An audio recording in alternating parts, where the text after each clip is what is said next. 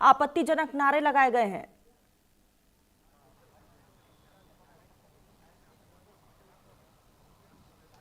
बिल्कुल, देखिए ये वही जेएनयू है जहां से अक्सर देश विरोधी नारे जो है वो लगाए जाते हैं, जहां पर देखिए आतंकवादियों के समर्थन में नारे लगाए जाते हैं। आज भी देखिए वो चीज़ हमें याद है जब नारेबाजी की गई थी कि अफजल हम शर्मिंदा हैं, तेरे कातिल जिंदा है। फीस बढ़ोतरी के नाम पर सड़क पर उतरकर अराजकता की जाती है। स्वामी विवेकानंद जैसे महापुरुषों के खिलाफ यहाँ पर विवादित टिप्पणियां की जाती है। और एक बार फिर से देखिए शर्जिल इमाम और उमर खालिद के पक्ष में जो है कल एक कार्यक्रम रखा गया था, जिसमें देखिए आरएसएस के खिलाफ में और बीजेपी के वरिष्ठ नेताओं के खिलाफ में, चाहे प्रधानमंत्री हो, अमित शाह हो, इनके खिलाफ में नारेबाजी की गई है। और नारेबाजी इतनी ज़्यादा विवादित थी कि जिसके बाद से देखिए जो तमाम बीजेपी नेता हैं उनके तमाम बयान आ रहे। हालांकि हमने भी देखिए बीजेपी नेताओं से सवाल किया था कि आखिरकार जब सेंट्रल में सरकार आपकी है तो फिर ऐसे देश विरोधी नारे लगाने वाले स्टूडेंट्स के खिलाफ में कार्रवाई क्यों नहीं होती है? कब ऐसे स्टूडेंट्स पर कार्रवाई होगी जो कि इस तरीके के देश विरोधी हो, या फिर देखिए जो भी पीएम के खिलाफ में, गृह मंत्री के खिलाफ में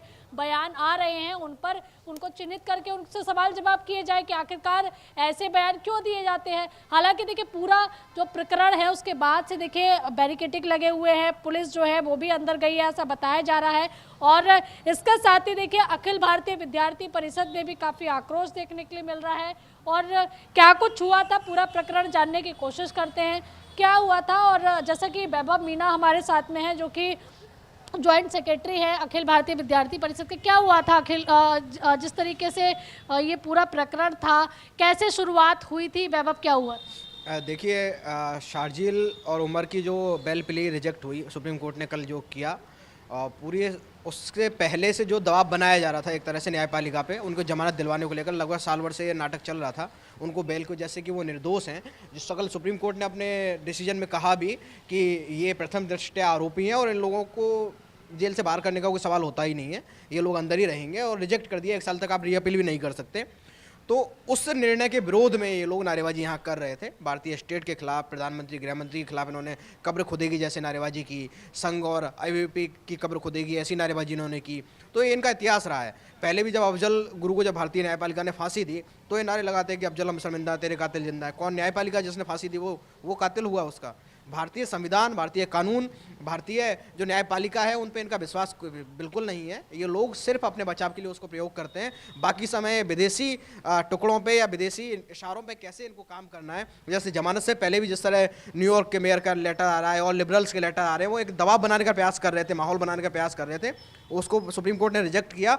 और इस जेएनयू में इन्होंने देश को तोड़ने की बात इन्होंने की, नवरात्र में माँ दुर्गा का अपमान ये किया, स्वामी विवेकानंद जी का अपमान इन्होंने किया, सीआरपीएफ के जवानों का जो हत्या हुई 2009-10 में उनका जश्न इन्होंने मनाया, और उसके जो आरोपी थे, मुख्य आरोपी हिडमा और बसवा राजू जैसे, जिनका भी एनकाउंटर किया सरकार के द्वारा, जो एनकाउंटर रहा, उनके समर्थन में ये लोग रैली निकालते हैं, इंडिया गेट तक ये नारेबाजी करते हैं। तो ये तो इनका चरित्र पूरा देशद्रोही रहा है हमेशा से। जो वामपंथी जो छात्र यहाँ पे हैं, जो कलंक है एक तरह से जेएनयू के माथे पे, क्यों जेएनयू को बदनाम करते हैं बार बार, वो ऐसी साजिश करते हैं कि जेएनयू बदनाम हो देश भर में अपनी देश विरोधी गतिविधियों के कारण, जबकि एक छोटे पॉकेट्स में वो जो वामपंथी छात्र इस तरह की हरकतें कर रहे हैं। बसवा राजू, बुरहान वानी, हिडमा जैसे लोग जिनके आइडल हो सकते हैं, वो लोग भी कहीं ना कहीं उनमें संबद्ध है और उसमें योगदान दे रहे हैं। मैं तो चाहता हूं कि प्रशासन, जेएनयू प्रशासन पे आंख मूंद के क्यों सोया हुआ है अभी तक? जब मामला मीडिया में है, पुलिस उसकी जांच करने तक आ गई है, तो प्रशासन को आइडेंटिफाई करे, उन स्टूडेंट्स को बाहर करे इस जेएनयू से। क्या कोई एप्लीकेशन आप लोगों की तरफ से दी गई है जेएनयू प्रशासन को, फैकल्टीज को, डीन को, कि कार्रवाई होनी चाहिए? देखिए, मामला सबके संज्ञान में है, प्रशासन इसका अपना संज्ञान ले चुका है, पुलिस आके जांच करने लगी है, पुलिस कैंपस में आ रही है, जांच कर रही है, तो मतलब संज्ञान में मामला प्रशासन के भी है। प्रशासन, ये इस कैंपस में घटना हुई है, सबसे पहले प्रशासन, वहाँ का जो प्रॉक्टर ऑफिस होता है, जो सिक्योरिटी होती है, उनको पता चलता है। प्राथमिक कार्रवाई तो किसी भी जगह पर, कोई भी संस्थान है, वहाँ अगर कहीं माहौल बिगड़ता, प्राथमिक कार्रवाई का दायित्व जो है वो उस जगह का, उस संस्थान की जो भी जिम्मेदार लोग हैं उनका होता है। वाइस चांसलर का दायित्व। क्या उनकी तरफ से कुछ कहा गया? अभी तक हमें कोई सूचना, ऐसा इन्फॉर्मेशन नहीं मिली है, लेकिन हम चाहते हैं कि कार्रवाई हो और इनको आइडेंटिफाई करके यहाँ से जेएनयू से बाहर किया जाए, इनके खिलाफ पुलिस मुकदमा चले। ये लोग जो देशद्रोहियों के समर्थन में यहाँ पे नारेबाजी कर रहे हैं, उसमें योगदान दे रहे हैं, भारतीय गृह मंत्री, प्रधानमंत्री के खिलाफ कब्र खुदेगी जैसे आपत्तिजनक नारे लगा रहे हैं, तो उनके खिलाफ कार्रवाई होनी चाहिए, कड़ी कार्रवाई होनी चाहिए, फिर से पुनरावृत्ति नहीं हो। लोग शामिल थे, कुछ लोगों को आपने अगर देखा हो जिनके बारे में आप बताएं। देखिए जेएनयूएसयू के ऑफिस बियरर्स उसमें दिख रहे हैं, जो जेएनयूएसयू के चुने हुए ऑफिस बियरर्स हैं अभी इस समय, वो सभी उस वीडियो में दिखाई दे रहे हैं। क्या नाम है उनके? जो भी हैं ये दानिश अली, गोपिका बाबू, सुनील यादव जैसे जो जेएनयूएसयू के चुने हुए प्रतिनिधि हैं, वो वामपंथी सारे सभी लोग उसमें इकट्ठा हुए दिखाई दे रहे हैं जी। देखिए एक और यहाँ पर हमारे साथ में जेएनयू कैंपस से जुड़े हुए हैं, जो कि अखिल भारतीय विद्यार्थी परिषद में जुड़े हुए व्यक्ति हैं। क्या क्या नाम है?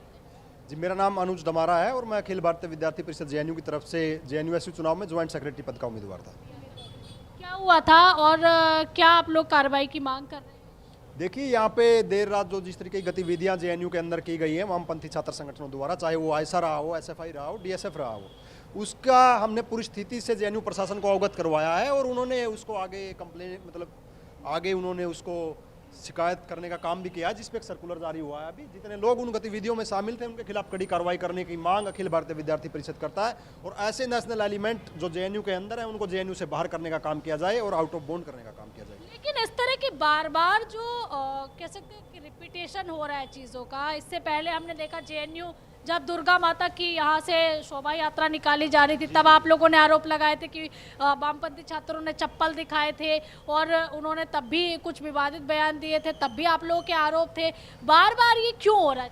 देखिए, वो पहली बात तो मैं आपको क्लियर कर दूं कि वो आरोप नहीं था, वो हकीकत थी और जिसके वीडियोज भी आ गए थे, अब मीडिया में भी जो वीडियो चले थे, जो चप्पलें फेंकने का काम माँ दुर्गा की मूर्ति के ऊपर उन लोगों ने किया था, चाहे वो आतंकी हिडमा अभी 1 महीने पहले जिसको मौत के घाट हमारे सैन्य बलों ने उतारा है, उसके समर्थन में नारे लगाने की बात रही हो। इन लोगों का विवादों से पुराना नाता रहा है, चाहे वो भारत को जिस कार्रवाई के अंदर शर्जील इमाम और उमर खालिदास बंद हैं, उन्होंने भारत तेरे टुकड़े होंगे, पूर्वोत्तर को भारत से अलग करने की बात की, कश्मीर को आज़ादी दिलाने की बात की, उसी तरीके की गतिविधियां यहाँ के जितने भी वाम बिल्कुल आंचल, और देखने वाली बात यही होगी कि इस पूरे मामले को लेकर क्या कुछ एक्शन लिया जाएगा। बात करते रहिएगा। फिलहाल आप हमारे साथ जुड़ी, बहुत शुक्रिया आपका।